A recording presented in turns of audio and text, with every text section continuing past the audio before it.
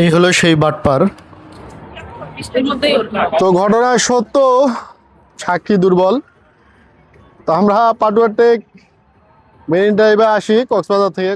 Marine ড্রাইভে আসার পরে যে ভদ্রলোকের অটোতে আমরা আসার পরে, ভাই অটোলা কি বলছিল, আমরা চার্জ দেওয়ার পর আপনারা আসেন, 1 ঘন্টা পর আমি আসছি এখানে। টাকা নিয়ে গেছে 500 টাকা অগ্রিম নিয়ে গেছে, ভাড়া ঠিক হয়েছিল 800 টাকা। ভাই তাহলে কি কাউকে যদি ভাড়া ঠিক করে আসে তাহলে কি আগে পেমেন্ট করা যাবে? পেমেন্ট করা ঠিক না, এই অঞ্চলের মানুষ ভালো না। অবশ্যই আগে পেমেন্ট করা যাবে না, আপনারা সতর্ক থাকবেন। তো আপনাদের যখন ঘোরাঘুরি শেষ হয়ে যাবে তার আগ পর্যন্ত 1 টাকা পেমেন্ট করা যাবে না, এটা অবশ্যই আপনাকে মাথায় রাখতে হবে।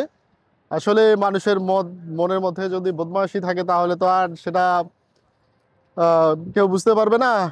এই সেই বাটপার রিক্সা চালক যে আমাদের সাথে প্রতারণা করেছে এবং বাটপারি করেছে। আপনারা সতর্ক থাকবেন, কক্সবাজার গেলে অবশ্যই মনে রাখবেন এবং বাটপারদের থেকে দূরে থাকার চেষ্টা করবেন।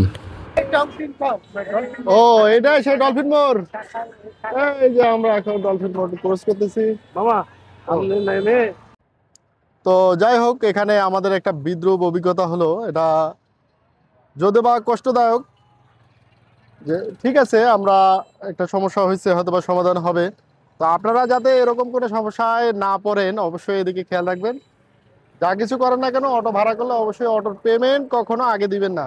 যদি পেমেন্ট আগে দেন তাহলে আমাদের মতো এই চুনা খেয়ে ঘুরে বেড়াইতে হবে।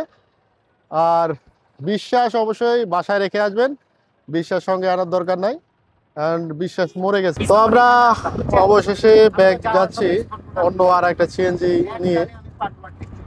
তো পাটুয়ার টেক থেকে আমরা সিএনজিওয়ালা ভাই আমাদের সাথে সদয় হয়ে কথা বললেন এবং জানালেন যেন কেউ কখনো মেরিন ড্রাইভে অটো রিক্সা না নেয়, কিন্তু অটো যে বড় অটো গাড়িগুলো আছে অথবা সিএনজি নিয়ে যাতে মেরিন ড্রাইভে বাইর হয়, সেক্ষেত্রে হয়তো বা প্রতারিত হওয়ার চান্স খুব কম থাকবে।